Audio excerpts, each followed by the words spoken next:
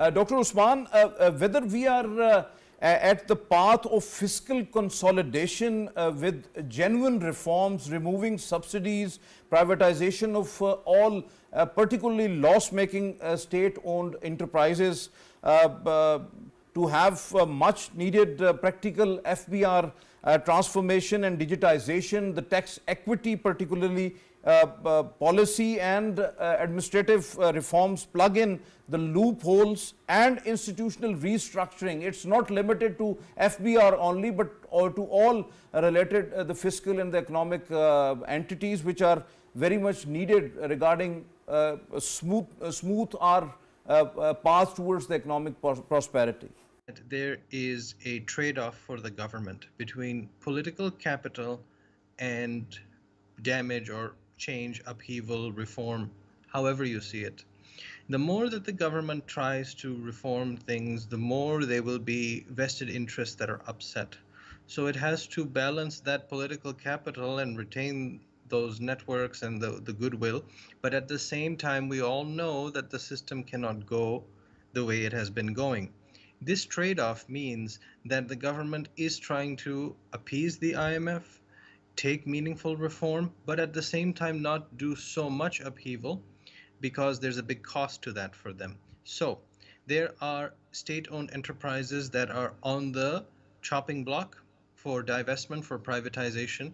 There are significant tax reforms happening, particularly this non-filer thing being erased, which is a wonderful thing because it's a very artificial construct which doesn't exist anywhere else.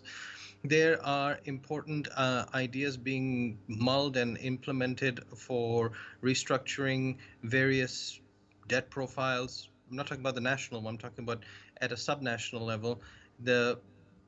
These are very serious things that are being considered. At the same time, the global economy is improving, which means, I mean to say that it's slowing down, it's cooling, but it means it's good news for emerging markets in terms of inflation. So it's improving in that sense.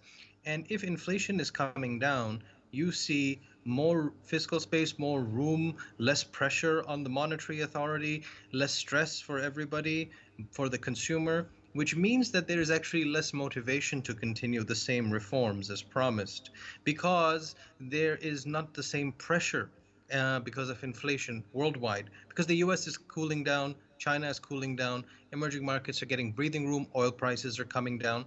This means that we have to maintain the motivation to reform in spite of the political costs, as well as the easing monetary environment worldwide. And I think this challenge will be trickier than people realize.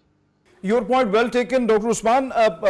Why not to have rational and realistic tax policies, and why not we be a responsible and punctual taxpayers nation, as Pakistan's tax to GDP ratio grown meagerly to just 9.5% from 8% in 2000. That is a fractional increase of 1.5%, which is projected to rise to at least 11.2% of the GDP during the fiscal year, the current fiscal year of 24-25. So while in comparison to India, the tax to GDP ratio is increased to 18.5% from 13.4%, and in Nepal it's 17.5% from 8.7% in the same period from at least from 2000. So huge difference. How we are going to attain our objectives now? Absolutely right that the tax to GDP ratio is very low.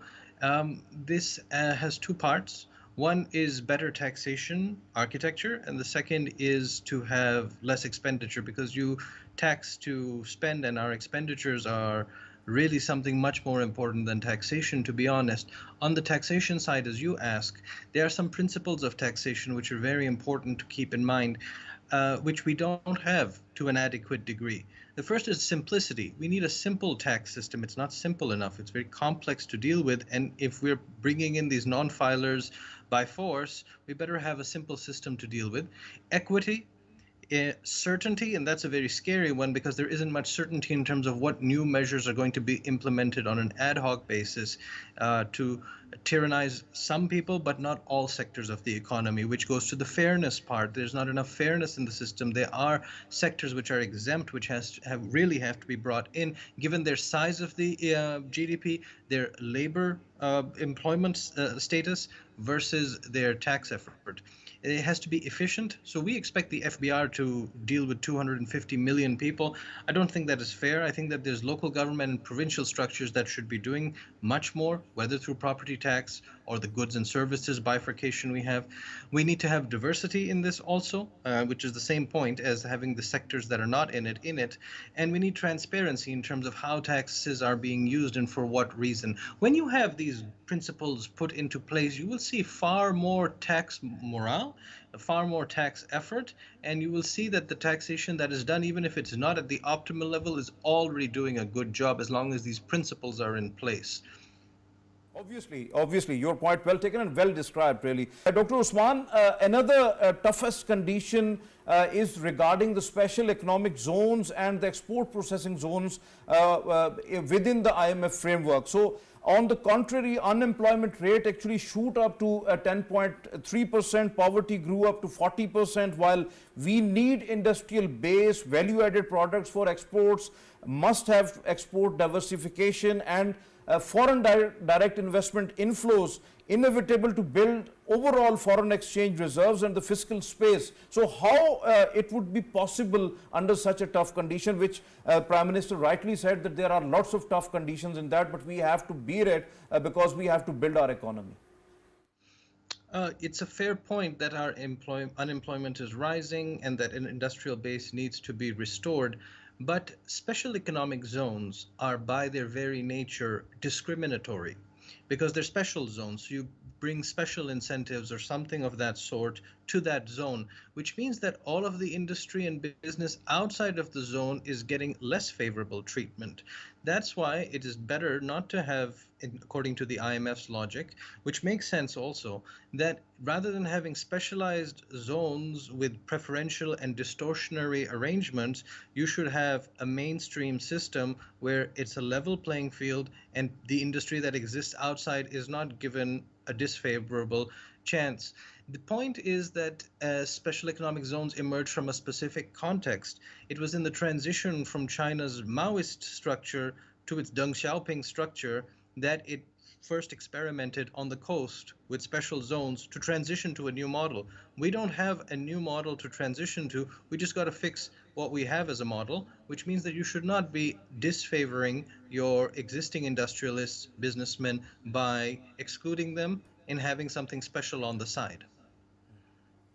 Your point well taken. Dr. Usman, how do you see the recent Asian Development Bank's report, which suggests that Pakistan's projected GDP growth will remain around 2.8%? IMF projected it 2.5%. State Bank says it will remain between 2.5 to 3.5%, and budgetary expectation was 3.6%, while State Bank says the inflation would be 11.5%, and Asian Development Bank says it's 15% due to heavy income and sales tax rates, higher energy costs, subsidies removal and agri support price removal actually, and tariff adjustment, and resultantly the agriculture and the industrial growth would also suffer. So that's why the inflation could be 15%. So how do you see these figures from ADB, State Bank of Pakistan, and the budgetary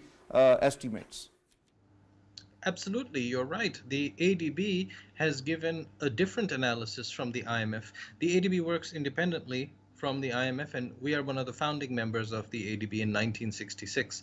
And we have close cooperation with the ADB ever since. Now, the ADB's projection of 2.8% is better than the IMF's, and they point to certain risk factors in this GDP figure not being higher, which are basically impositions of what the IMF has put, like they're consequences of what the IMF is making Pakistan do. So it's a different view. And I think that actually both projections, IMF and ADB projections, are probably not as accurate as what the State Bank is projecting, because inflation is coming down much faster than these agencies expected. Inflation reading in this month was 9.6, which is far below the trend of the last 2 years. And you see the state bank reducing the interest rate because of that. I actually think they should reduce it more aggressively, because we have to get business started again and we have to start promoting growth rather than austerity. Yeah, So definitely. I Dr. think that Usman, your point well taken.